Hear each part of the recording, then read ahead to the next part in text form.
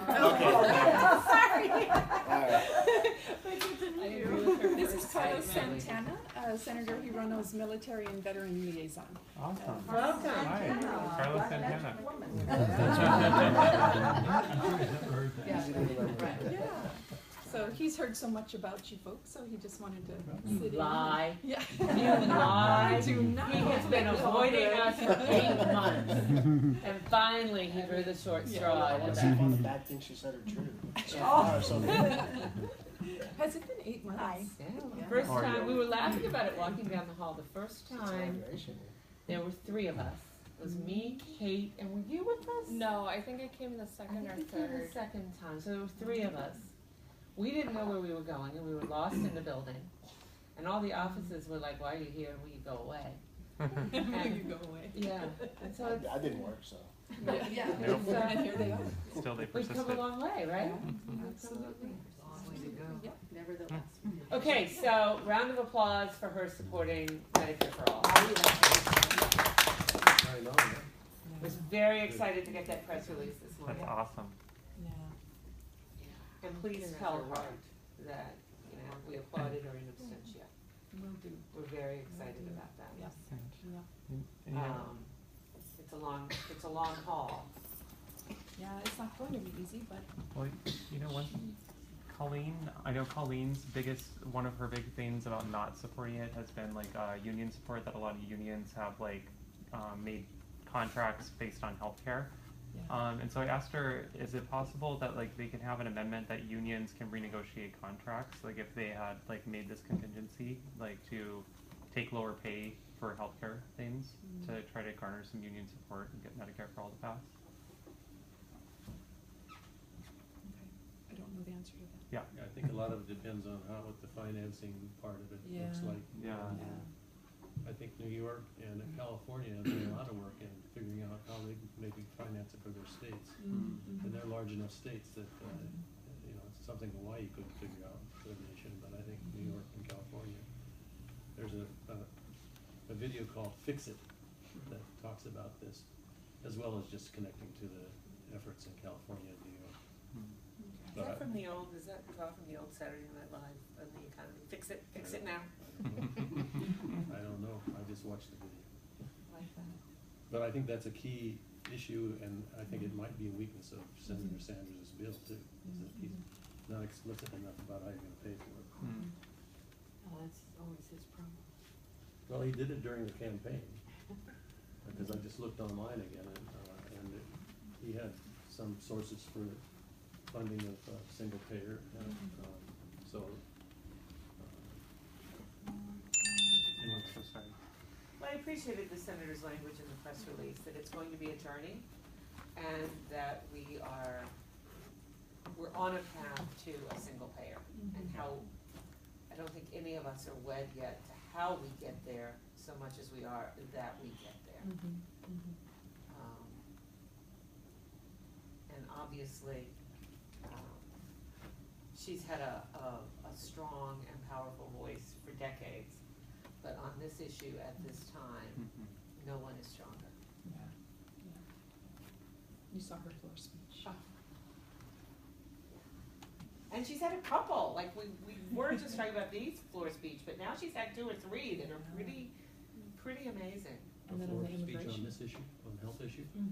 You're talking the one the night of the The vote. ACA Yeah, vote. Oh, okay. yeah, right before, yeah, That she was just very moving. got right in We there. told her so actually. Oh, Yeah. good. Yeah. Yeah.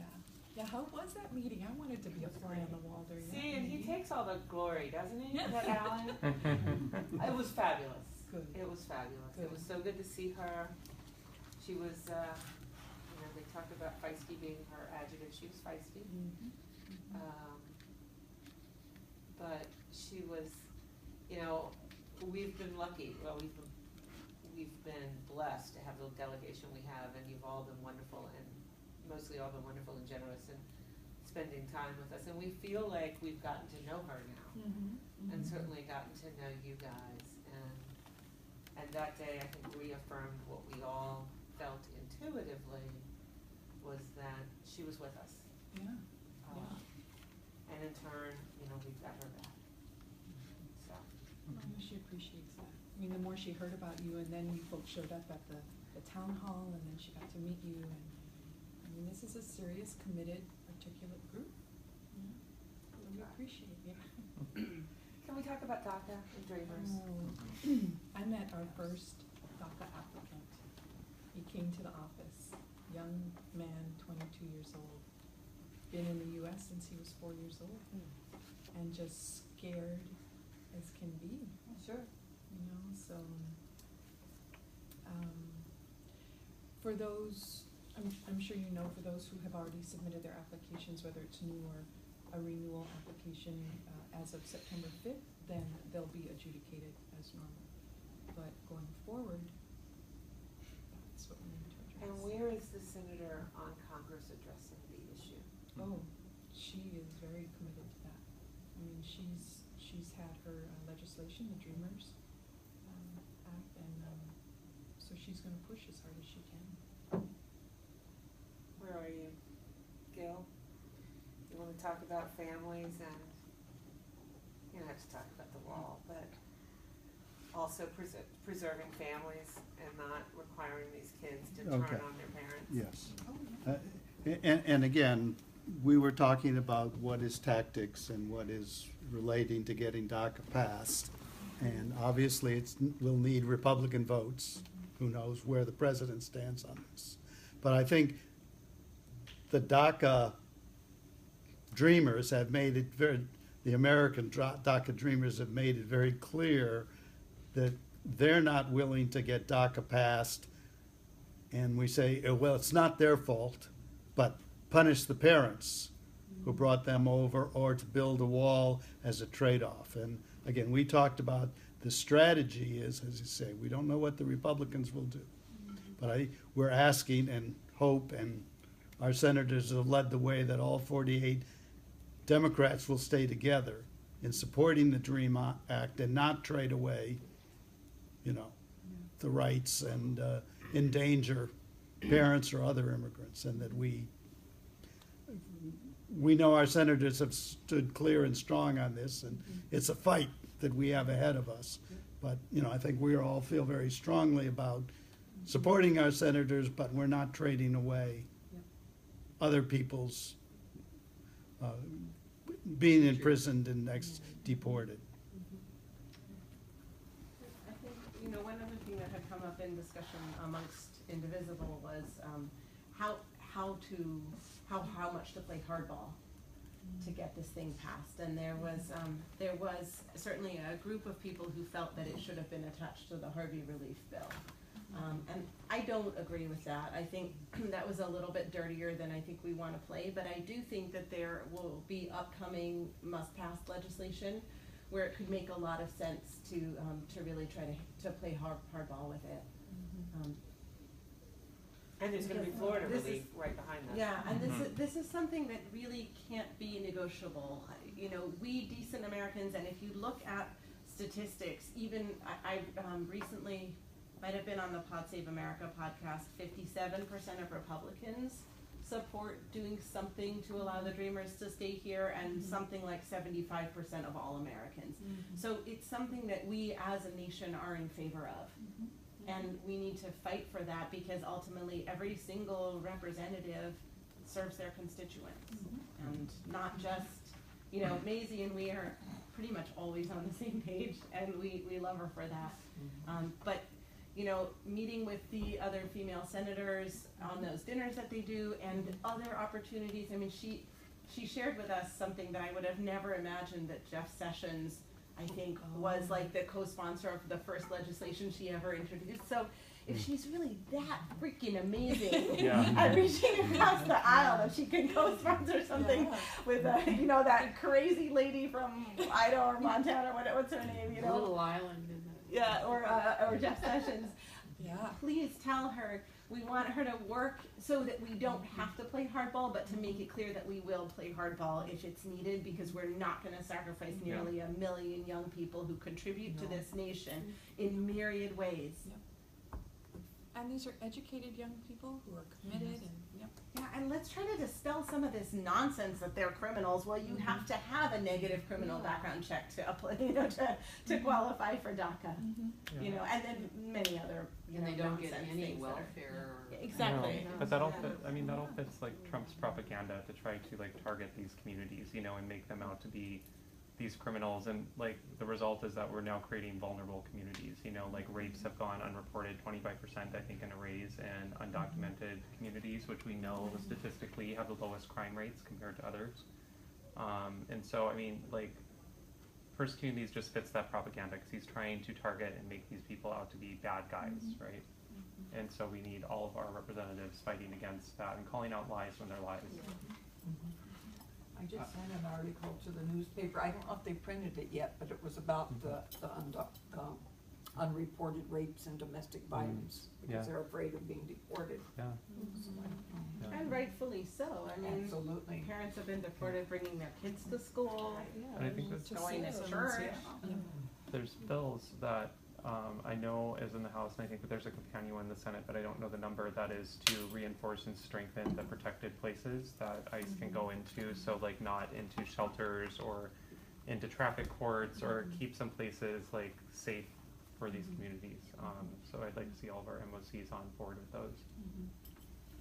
Ray from Indivisible, just like to say that I think the senator was exactly right when she said that the question is, well, why is he doing it? He's doing it because he's a white supremacist.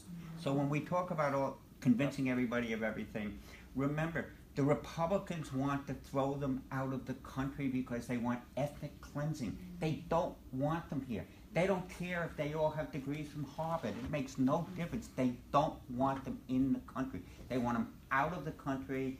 They want a white America. They don't want to have the possibility of these DACA individuals ever voting for a Democrat, or ever voting for a black, or ever voting for a Hispanic. And so when we use our arguments, whatever they are, we have to keep in mind fundamentally what the Republicans are after and what Trump's after. And he's exactly what the senator said. It's all about white supremacy. And I think And while we're sitting here, SCOTUS has upheld his travel ban. really, Yeah, That's super. yeah. what Ray's talking about though too is that we need to be vocal and not let this be normalized. You know, Right. it's not, it can't be that this is normal and this is okay. I mean, like when we watch the Torch March in Charlottesville, and then we're doing nuclear bombings, and like everything's back to the 50s, and like when I saw that, it just felt like how quickly that voice of racism could come back after we've had like wars and movements and stuff against this, and so we can't let it be normal. And I think it speaks too to something, I'm shifting issues a little bit here, but Ray spoke about this when we were in Senator Schatz' office. You know, we all sort of wink, wink, nod, nod that we're talking about extreme weather now, we're not talking about climate change. And that's all well and good if those are the words we need to cross the aisle. But in doing so, we cannot forfeit science and everything that stands behind what we know to be climate change. And I think what you're saying is an extension of that. When you start normalizing this behavior, when you quit using words like white supremacist because it seems like a flashpoint and we don't get anywhere, we start normalizing this.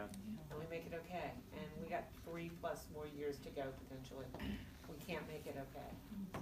Yeah, absolutely. I mean, Trump ran his campaign on that. You know, he said a lot of hateful and hurtful things, and it was so inflammatory, but then it just became like, okay, this is an accepted political speech now. This is an accepted, this hate is accepted now, and it just can't be. So that when he wasn't hurtful and inflammatory, he was being presidential. Yeah, Right. yeah, Yeah. exactly. It's like, good job, used a complete sentence. Right. On to extreme weather. We know that Senator Schatz is very engaged on some sort of bipartisan attempt to bring players to the table, and is going to bond for this basically we're in gathering of people, as Barbara says, perhaps representing the real America. Yes. I don't know, we brought it up to Alan last week, I'm not sure if he got an answer for us, but we'd be curious to hear how engaged she is on that issue. I know she's with us on climate change, that's not the question. The question is she engaged with what Senator Schatz is doing and this bond gathering? And I recognize traveling to bond might not be in her wheelhouse right now. But is she engaged there? What's she doing? And what can we be doing? And you wanna, I mean, it's important in and of itself with regard to a group of people getting together and going over outside of government and talking about the weather, the climate, whatever you want to label it. But it's bigger than that. And I think it's really, really important. This is a group of people getting together, representing an alternative approach to the government. Our government has taken a certain view, and there's a group of government people and private people who are getting together and going over there and going, that's not us. Ignore them. This is the real America. These, and working, we're doing an end run around the government. And I think that is an approach that we should look at seriously for a number of different issues. When it comes to border, and like DACA, that may be difficult because border security is uniquely governmental. But there are a lot of other issues where we may be able to get together, the people in the middle, Republican and Democrat, and go, if they won't play ball, we're here to tell you that they're not us. And the real America believes da-da-da-da, and we're here, act with us. And the interesting thing is that foreign governments, particularly in Europe, but maybe in other places, are willing to interact with us directly. Right? And they're not insisting on winding through official channels. And there may be other better ways for us to get things done that we need and want to get done, not only internationally, but nationally. And she'll say, if you people will not get off the block and play ball, we'll do it without you. But we're not going to let you stop us, and we're going to move on to the extent we can. So this is sort of an opening wedge. I think we should be noisy about this. We should play this up to a max extent. Whatever comes out of it is almost not important. I mean, it is important. But the important thing is we're at the table independently. Right? So call it Real America. There is another party at the table. And this may represent, I mean, there's two ways. You think outside the box or you get rid of the box. So I think there may be more and better ways to do this, and now's the time to consider. I mean, the one thing Trump did is he blew all the doors off the wedding. Okay, cool, let's go with that.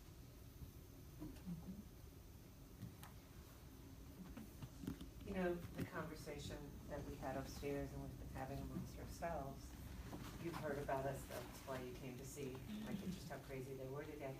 You know, people will say the one thing that Trump has succeeded in, besides reigniting racism and white supremacy and other hateful, awful things, is bringing together those of us who perhaps had gotten complacent. And when Trevor Noah was here, when he performed here, Kim and I were there, and he's like, you know, we all know what emoluments means now. Yeah. We can all spell it, we know what it means. We can write about it. We're all qualified to be president now. He's being funny, but there's some truth to that. There is a movement that wasn't a flash in the pan. It wasn't a, 3 weeks and we're gone. I remember when we started this, talking to the 2 or 3 that started it with me and saying, what are we going to do in April when nobody shows up? Well, April came and went, and so did May and June and July and August, and now we're in September. And it's happening all around the country. We're not unique. It's happening all around the country. So to Barbara's point, to mobilize that and talk about it and talk about whatever we want to call it, the real America, we're not going to let this guy and his supremacist, racist, horrid views take the country away from those of us that really believe in it. Or the Republicans. And it's not just him, as we talked about upstairs when it comes to environment. It's all the way up and down that administration. Yes. From Interior to EPA, all up and down that administration. So we gotta get the Democrats to coalesce around something, they still worry about the party apparatus and what's gonna happen to that. I'd like to see some actions based on strategy, you know, and not just defense. I mean, it feels like it's just reactionary and reacting to every fire, and like that's not a smart place to be. You know, I think that we, as a group of resistors, like we all come from different resistance groups, but we can organize and we can mobilize and we can get out, and we move with a singular strategy that we want Trump gone and Pence gone, and we don't want our America falling into like the racist sort of framework that he is building. You know, and I think that shouldn't. The Democratic Party should move a little more like that too. Make some more strategies. Yeah, no is not enough. Yeah. No was a good start. Yeah. But no is not enough. Yeah, but come with solutions, right? You know, like, I mean, there's so many ways to frame some of these issues that don't have to be bipartisan, you know, like climate change, okay, don't call it climate change, whatever, but you know what I mean? Like protecting people and protecting our world and having a world for people, that's not a bipartisan issue. Everybody has children, everybody wants them to grow up. And the slogan "Better Deal" is lame. If I can, if I can bring up, which is I think related to this, an issue that I've been following very closely with the Equifax allowing 143 million people's social security number addresses to be hacked. And again, Senator Schatz came out today clearly saying this is wrong, we need better, clear, more transparent financial, and having the Consumer Protection Bureau set standards. And I applauded him for that and applauded him the lead, taking the leadership. And then I reminded him of the phrase our senator here told us, which is, you need to step up the game and say, as she said, the little guy is getting screwed every day. And that was her theme. And it is financial transparency and better rules. But I would ask our senator to make this clear. Here is an illegal corporation breaking the rules on when you disclose, apparently insider trading, and then picking the rule that they follow, that you have to go, you can't go, you have to go to arbitration.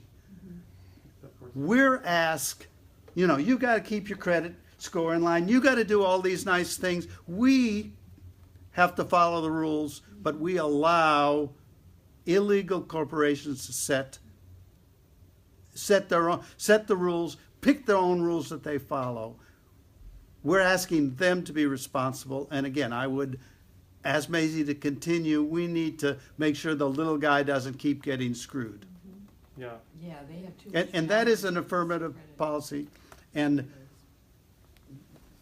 I mean, the forced finding of arbitration, I mean, that should just be illegal, you know? I mean, where people have to do arbitration, they have no due process then after that, and usually these companies, they get to pick the arbitrator, and so there's a relationship, an economic relationship built between these mediators and stuff, and there's something so, it's just not, it's not justice and it's not fair. Just to put that in context, almost every agreement you sign online has mandatory mediation and arbitration in it. Mm-hmm. It's just people blow by that, except for in this particular circumstance. That's very, very common. It's probably. Oh no, I know it's coming, They but there's been a didn't lot invent of it there's for- been a and lot let's of be sure, pushback though. I mean, the that rich started- should not be able to pick the rules that govern their behavior. Yeah. They have to follow the rules, and But that, the answer to that, and this is not the place that is debate, the answer is it's a private corporation and you don't have to sign up. That's their rules of engagement. They If you collect don't like it- information without your permission.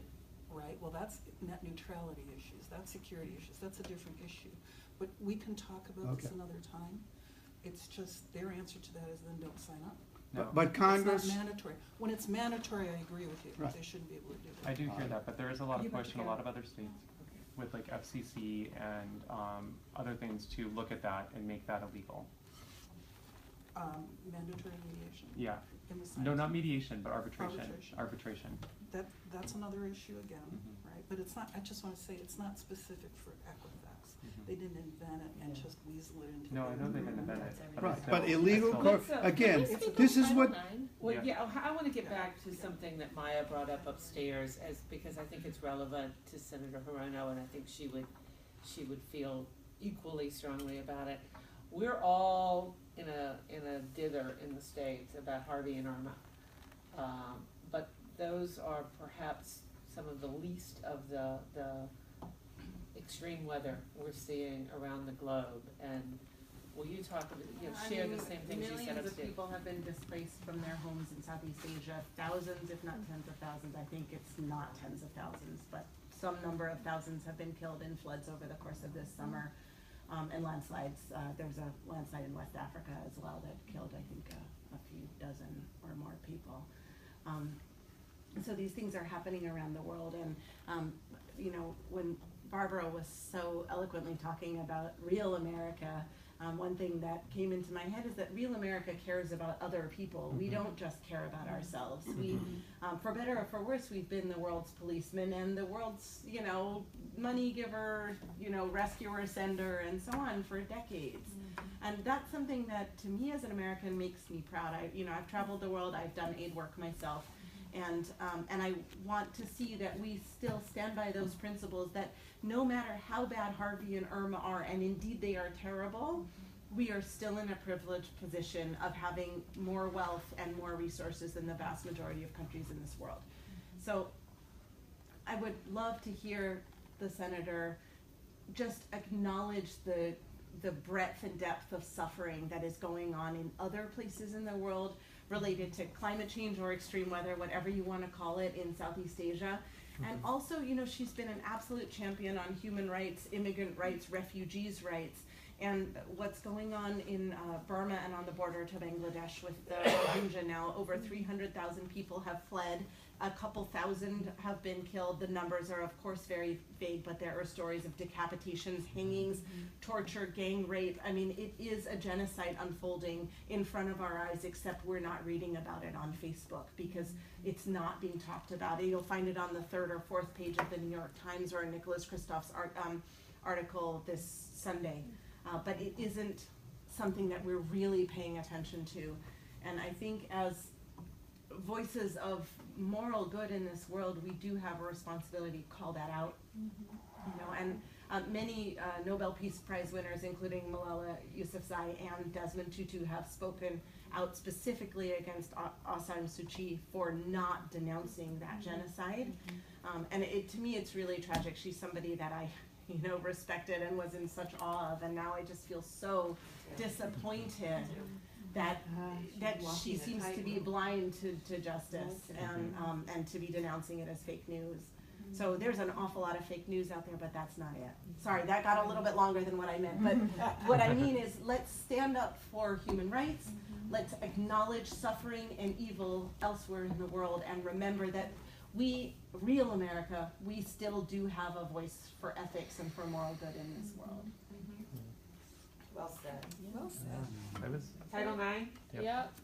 I'm sure you're well aware of Betsy DeVos's horrible rollback of the sexual assault guidelines, and it really comes as no surprise after meeting with these, they call themselves men's activist groups, but they're horrible people, and I would really love to see the senator champion this issue in Congress. I've emailed Alan about it, and she's, again, done such a great job speaking out for healthcare, DACA, women's rights, and she's in a good position with Hawaii being the birthplace of Title IX.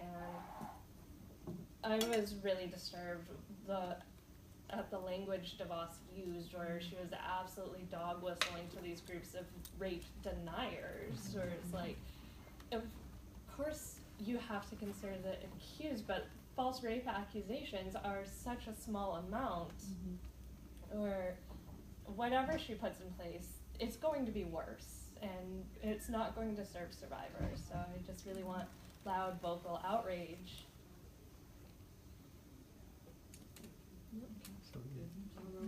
We're running out of time, guys, and you've been generous with yours. But the last two things that were on our list, and I'll just mention them briefly. Lots of shiny, blingy objects out there taking the headlines, but we're still very focused on Mueller and the investigation in Russia. I'm sure she is too, and just please convey that we would like her to keep that laser focus. And lastly is money, it all comes back to money.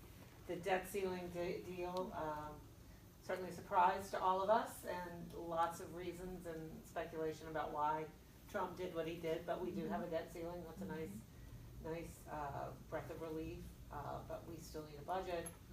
We need a debt ceiling solution that's not a 3-month Band-Aid. There's a lot of work here, and Yeah, the solution could include doing away with the debt ceiling. Well, It's completely artificial. And if and when things do come down with Trump and Russia and there is impeachment or whatever, I would like our MOCs to be vocal of making sure everybody is held accountable. You know, there was the story with Mike Pence and that his hands are dirty in this too, and there needs to be some accountability and some trust built back between people and our government. And it wasn't on our list, but we've got the senator's military guy here, so I have to ask. North Korea. North Korea, Yeah. talk to us. Still there? You didn't fix that? Not yet, not yet. We No, got a it's, target on us though in the paper. yeah, That cover, front page on Saturday was pretty ominous. yeah, it's you know, definitely an escalating situation, and it's escalating with words, which just makes things worse. And, our recent Navy troubles with their ships is not helping, No? so we're kind of focused on that as well to make sure our readiness is where it needs to be, so. One of the things that I heard is that there have been, and this might just be not true, possibility that they would North Korea would do away with their nuclear stuff if U.S. and South Korea would stop doing their military actions around the island there. So I'm wondering whether that's even in the discussion. And I if don't it know, even I'm be not in possible. that high level discussion. I mean, military exercises have been around forever. Nuclear weapons have not. So it's just a matter of a chess game of who's gonna make what move and how things are gonna progress from there. Can I ask a question on the senator's position on a new authorization for use of military force or those related issues? I know things are bubbling up. Yeah, Is she- that actually was being debated today on the Senate Right. floor, so. Is she taking a position and? She has not. Okay. No. Again, I would urge her to take a leadership position. The 2001 authorization for military force certainly is way overdue, and there are several good proposals floating around, which I assume you've studied, and we would urge her to take a position that provides the appropriate congressional oversight. Quite frankly, I think they should just put Trump and the North Korean leader into a locked cage together and let them duke it out one-on-one. I think that's a good idea. Yep. Pay-per-view? Yeah. Yeah. Maybe let them play a match of golf. I have a copy of the press review from Senator Schatz's office, if that would be helpful. Sure. This is on the. That's the one about the Equifax that we just mentioned, so. And I'd like And yeah, to, you've got Summarizes something on that everything. as well. I'd like to add, this is my personal statement, and again, asking, and it's titled, Restore Capitalism, Protect Freedom, and Punish Equifax. It's not enough just to have clear and simple ways to correct your credit report. We need to stop screwing the little guy, and illegal corporations must be held accountable, just as we're held responsible for our credit scores. They need to be responsible for their credit You scores. miss a critical point, that rich white men would have a really hard time in jail. I think they'll be fine, so I'm gonna be together. They get their own cell, their own block. It would be interesting to see Trump's credit score. Thank you very much. I like the idea of just wiping out everybody's credit Right. report and stuff. Start, yeah. It's legal. Everybody, a It's new legal. social security number. I know. It's out there, somebody has it, I assume, Well, if my That's credit right. report That would was be really good to refreshed, I find. probably would. right, how many bills have you?